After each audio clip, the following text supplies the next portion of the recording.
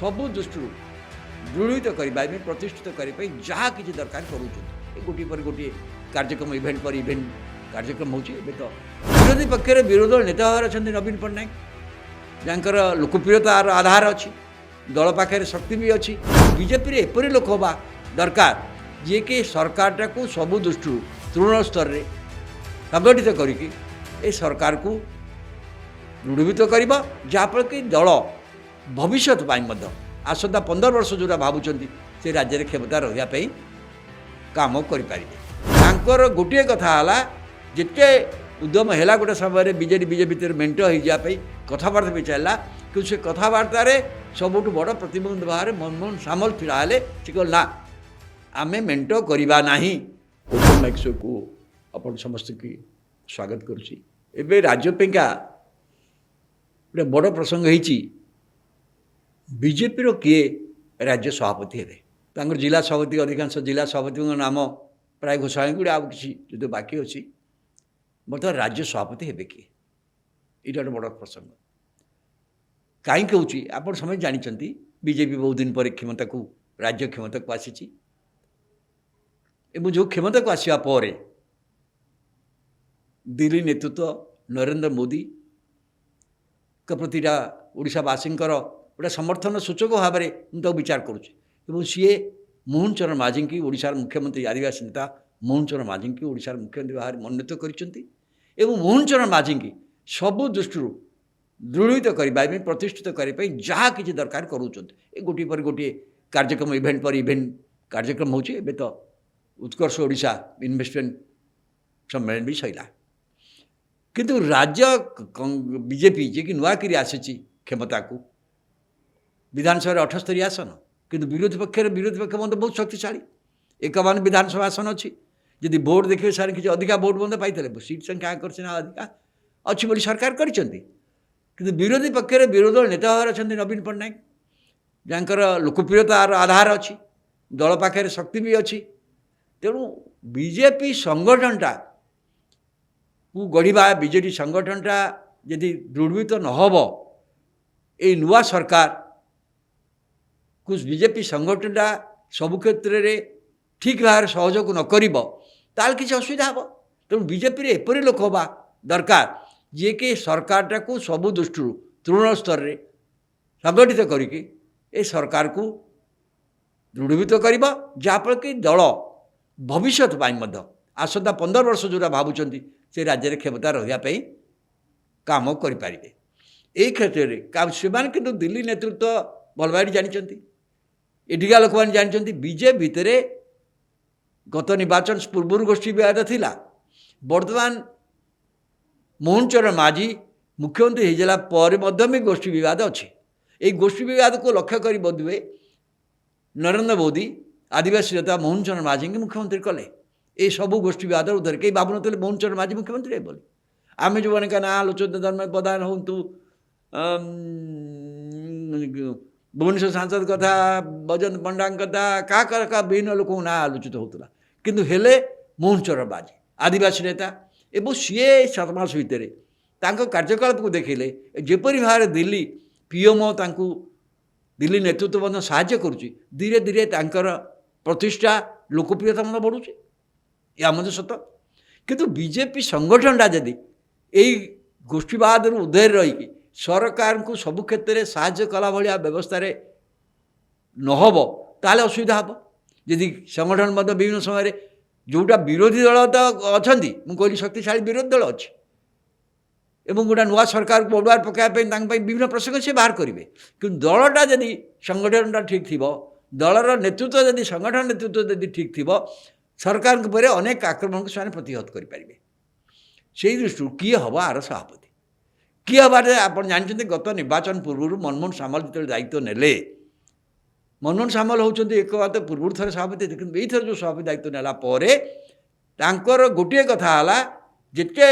उद्यम है गोटे समय बीजेपी भितर मेंट हो जाए कथबार्ता भी चलला कि से कथबार्तार सबुठ बड़ प्रतिबंध भाव में मनमोहन सामल फिरा से कह ना आम मेंट करवा ना लोकसभा बा विधानसभा मेंट हेनी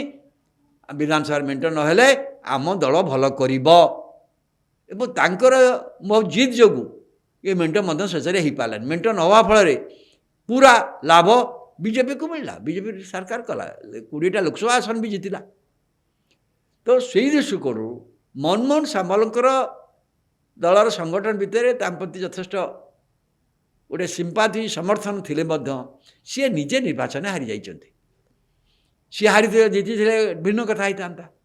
କିନ୍ତୁ ବର୍ତ୍ତମାନ ନୂଆ ସଭାପତି ହେବେ,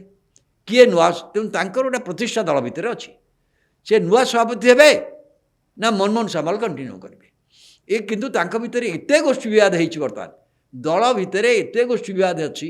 ଏତେ ପ୍ରକାର ଗୋଷ୍ଠୀ ଅଛି ଯେ ବିଭିନ୍ନ ଗୋଷ୍ଠୀ ବିଭିନ୍ନ ଭାବରେ ତାଙ୍କ ଲୋକମାନେ ଏଠି ହେବାକୁ ଚାହୁଁଛନ୍ତି। ସେଇ ଦୃଷ୍ଟିରୁ ଜଣେ ସର୍ବସମ୍ମତ ବିଜେପିରେ ଯିଏ ସଭାପତି ରାଜ୍ୟ ସଭାପତି ହୁଅନ୍ତି, ସିଏ ସହମତି ଭିତରେ ହୁଅନ୍ତି। ତାଙ୍କର ନିର୍ବାଚନ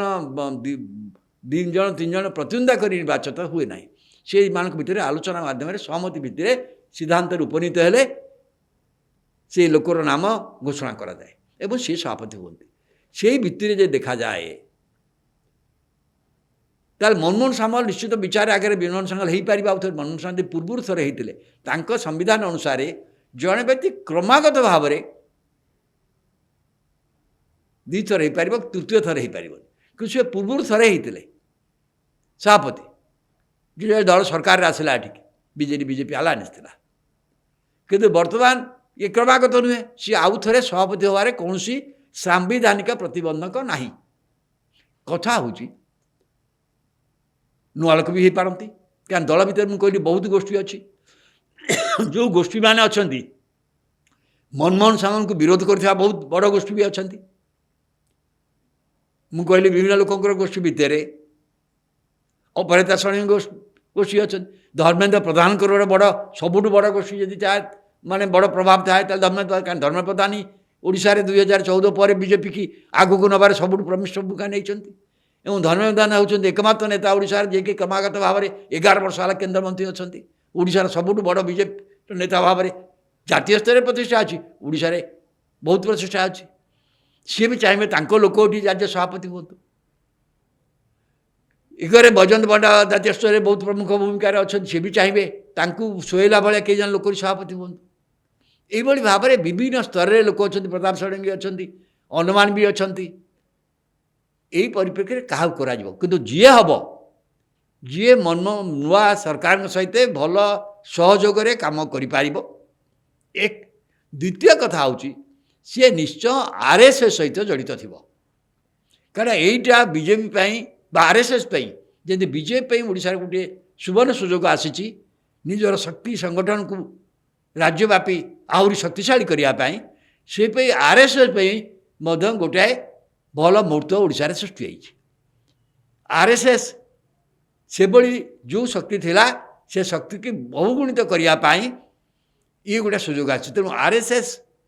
ନିଶ୍ଚୟ ଚାହିଁବ ଯେ ତାଙ୍କର ସହିତ ଭଲ ସମ୍ପର୍କ ଥିବା ଲୋକ ରାଜ୍ୟ, ଖାଲି ସଂଗଠନ ସମ୍ପାଦକ ନୁହନ୍ତି, ରାଜ୍ୟ ଯିଏ ସଭାପତି ହେବେ ସିଏ ମଧ୍ୟ ତାଙ୍କର ଲୋକ ହେବାକୁ ଚାହିଁବ। ଏହି ସମୟରେ RSSର ମୁଖ୍ୟ ମୋହନ ଭଗତ ଓଡ଼ିଶା ଆସିବା ମଧ୍ୟ ବହୁତ ଗୁରୁତ୍ୱପୂର୍ଣ୍ଣ। ସେ କାହିଁକି ଆସିଛନ୍ତି ଆମକୁ ଜଣା ନାହିଁ। ତାଙ୍କର ବିଶେଷ ପବ୍ଲିକ୍ ଫଙ୍କସନ୍ ନାହିଁ। ତାଙ୍କର ଯେଉଁ କାର୍ଯ୍ୟ ହେଉଛି ସବୁଯାକ ସାଂଗଠନିକ କାର୍ଯ୍ୟ, ବ୍ୟକ୍ତିଗତ ସ୍ତରରେ କାର୍ଯ୍ୟ ହେଉଛି। ତେଣୁ ତାଙ୍କର ଇଚ୍ଛା ହୁଏତ ବି ବହୁତ ଗୁରୁତ୍ୱପୂର୍ଣ୍ଣ ହେବ, କିନ୍ତୁ ମିଳାମିଶା ଜରିଆରେ ହେବ। ଏବଂ ଏକଥା ମଧ୍ୟ ଦଳ ପକ୍ଷରୁ କୁହାଯାଇଛି ଯେ ଫେବୃଆରୀ ପ୍ରଥମ ସପ୍ତାହ ଭିତରେ ନୂଆ ସଭାପତିଙ୍କ ନାମ ଚୂଡ଼ାନ୍ତ ହୋଇଯିବ। କାରଣ ଜାତୀୟ ସଭାପତି ନିର୍ବାଚନ ତାପରେ ଅଛି, କାରଣ ରାଜ୍ୟ ସଭାପତି ନିର୍ବାଚନ ତାପରେ ନିଶ୍ଚୟ ସରିବ। ସେଇ ଦୃଷ୍ଟିକୋଣରୁ ଦେଖିଲେ ଏଇ କେତେ ଦିନ ବହୁତ ଗୁରୁତ୍ୱପୂର୍ଣ୍ଣ ହେବ। ଆଉ ମୋହନ ଭଗତ ଓଡ଼ିଶାରେ ଥିବା ସମୟରେ ହିଁ ମୁଁ ଭାବୁଛି ଚୂଡ଼ାନ୍ତ ନିଷ୍ପତ୍ତି କିଏ ହେବ ସେ ସଂକ୍ରାନ୍ତ ଗୋଟେ ଚୂଡ଼ାନ୍ତ ସୂଚନା ବି ଆସିଯାଇପାରେ, ହେଇପାରେ। ବିଭିନ୍ନ ଗୋଷ୍ଠୀ ଭିତରେ ଯେଉଁ କନ୍ଦଳ ଚାଲେ ତାକୁ ଏଡ଼ିଆ ପାଇଁ ଜଣେ ଡାର୍କ ହର୍ସ, କିନ୍ତୁ RSS ବିଚାରକ, RS ନୀତି ସହିତ ଥିବ, RSSରେ କାମ କରିଥିବ ବା RSS ସହିତ ଘନିଷ୍ଠ ସମ୍ପର୍କ ଥିବ, ସେଇଭଳି ତୃତୀୟ ବ୍ୟକ୍ତି ମଧ୍ୟ ହେବାର ସମ୍ଭାବନା ଅଛି। ଏ ତୃତୀୟ ବ୍ୟକ୍ତି କିଏ ହେଇପାରେ ତାକୁ ନେଇ ମଧ୍ୟ ବିଚାର ଆଲୋଚନା ଚାଲିଛି। ଏଭଳି ଏଇ ଗୋଷ୍ଠୀ ଭିତରେ ଆଉ ଜଣେ ତୃତୀୟ ବ୍ୟକ୍ତି ହେବ ଯିଏକି राज्य सरकार सहित भल सम्बन्ध रखिपारुथिब आरएसएस विचार मध्य हेइथिब किंतु कौनसी गोष्ठी नथिब एमती जड़े व्यक्ति भितर किए ही पारती ताकू नहीं कि चली अवश्य से जड़े व्यक्ति तो केत जन व्यक्ति अच्छा आन भितर से सांसद भी हो पारती से विधायक भी हो पारती किंतु मु भावुची से माने शेष जड़े व्यक्ति को चिन्हट करेंगे जी कि राज्य सरकार सहित भल संपर्क रखी काम कर राज्य सरकार को सब प्रकार सहायता कर सांगठन स्तर जो दरकार सरकार पर जेकोसी आक्रमण को प्रतिहत कर गोटे व्यक्तित्व देवाक से चाहिए से दृष्टि आप भावुं यही 2-3 दिन राज्य बीजेपी बहुत गुरुत्वपूर्ण मोहन भगत थी भितर ये संक्रांत गोटे चूड़ांत निष्पत्ति आसो बोली आम आशा करुचु कारण आरएसएस को छाड़ी आरएसएस गोटे सोर मुझे कहली आरएसएस जो भाव में आरएसएस जहाँ संप्रसारित शिशु मंदिर जरिया आरएसएस प्रकृत संगठन ओडिशा रे सबू अंचल से भाव व्यापक गोटे सुजोग आसी निश्चित भाव करेंगे कारण आरएसएस जी दृढ़ हम बीजेपी से राज्य में भविष्य में शक्तिशाली रही दृष्टि आरएस मोहन भगत अच्छा से अनुसार सी नक्शा करुँच तेणु क्या राज्य सभापति कर निष्पत्ति नि